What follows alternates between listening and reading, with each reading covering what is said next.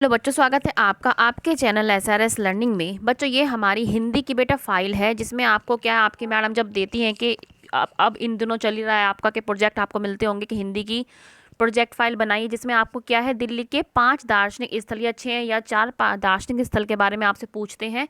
तो इसी फाइल में हम आपके लिए क्या है दिल्ली के 5 दार्शनिक स्थल के बारे में लिख के लाए हैं और उनके डायग्राम और एक कविता लिख के लाए हैं। ठीक है, तो बच्चों ये आपका पहला पेज रहेगा आपके नाम के बाद। तो ये आपका पहला पेज रहेगा। उसके बाद क्या है, आपको हिंदी की फाइल लिखनी है, ऐसे इंडेक्स बनाना। इंडेक्स बहुत जरूरी होता है बनाना, ताकि इसमें आपको पता रहे कि हमने अंदर फाइल में क्या लगाया है। सीरियल नंबर, यहाँ पे आपको डेट लिखनी है कि किस दिन आपने कोई काम किया है, और यहाँ पे आपके दिल्ली के दार्शनिक स्थल, और यहाँ पे कविता, और यहाँ पे आपको अपनी मैडम के लिए सिग्नेचर का ये बनाना है। ठीक है, इसके बाद क्या है, हम नेक्स्ट पेज पे चलते हैं। इसके बाद दूसरा पेज क्या आएगा, आपके दिल्ली के 5 दार्शनिक स्थल के बारे में हमने बताया कि आपके 5 दार्शनिक स्थल कौन से हैं।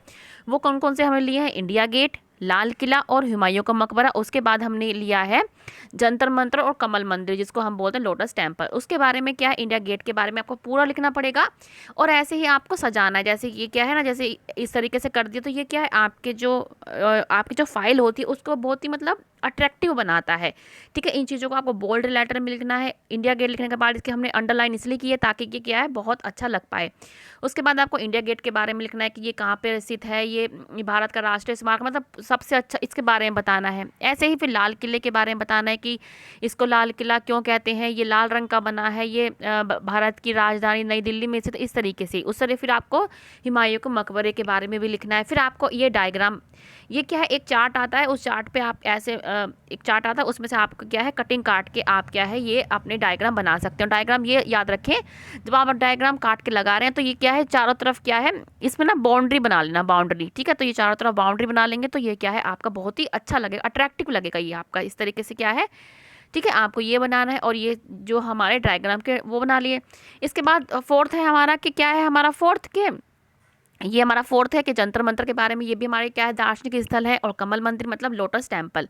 ठीक है, इसके बारे में लिखने के बाद इनका ये डायग्राम बनाना है आपको। डायग्राम बना तो नहीं पाएंगे, हो सकता है कोई इतना अच्छा पेंटर बना ले, नहीं तो क्या है आपको एक चार्ट आता है कि उसमें लिख लेना कि दिल्ली के दार्शनिक स्थल का क्या है चार्ट दे दीजिए। तो आप इस जंतर मंतर और ये क्या है आपका लोटस टेम्पल क्यों बोला, कमल मंदिर क्यों बोले, ये लोटस टेम्पल क्यों बोलते हैं, क्योंकि जो इसकी जो ये शेप है ना, ये क्या है कमल के फूल की तरह है। ठीक है, तो ऐसे ही आप 5 के बारे में लिख देंगे। उसके बाद एक आप एक देशभक्ति कविता भी लिख देना।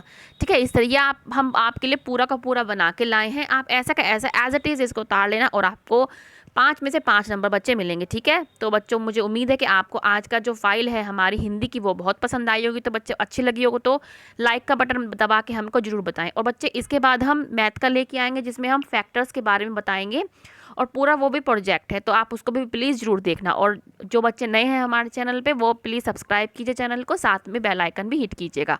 ठीक है बच्चों, बाय। अब मिलते हैं ऐसे ही एक अच्छे से प्रोजेक्ट के साथ। बाय बच्चों, हमेशा खुश रहिए और अच्छे से अपनी छुट्टियां मनाइए, और फिर से हमारे से पढ़ने आइए। ठीक है, बाय बच्चों।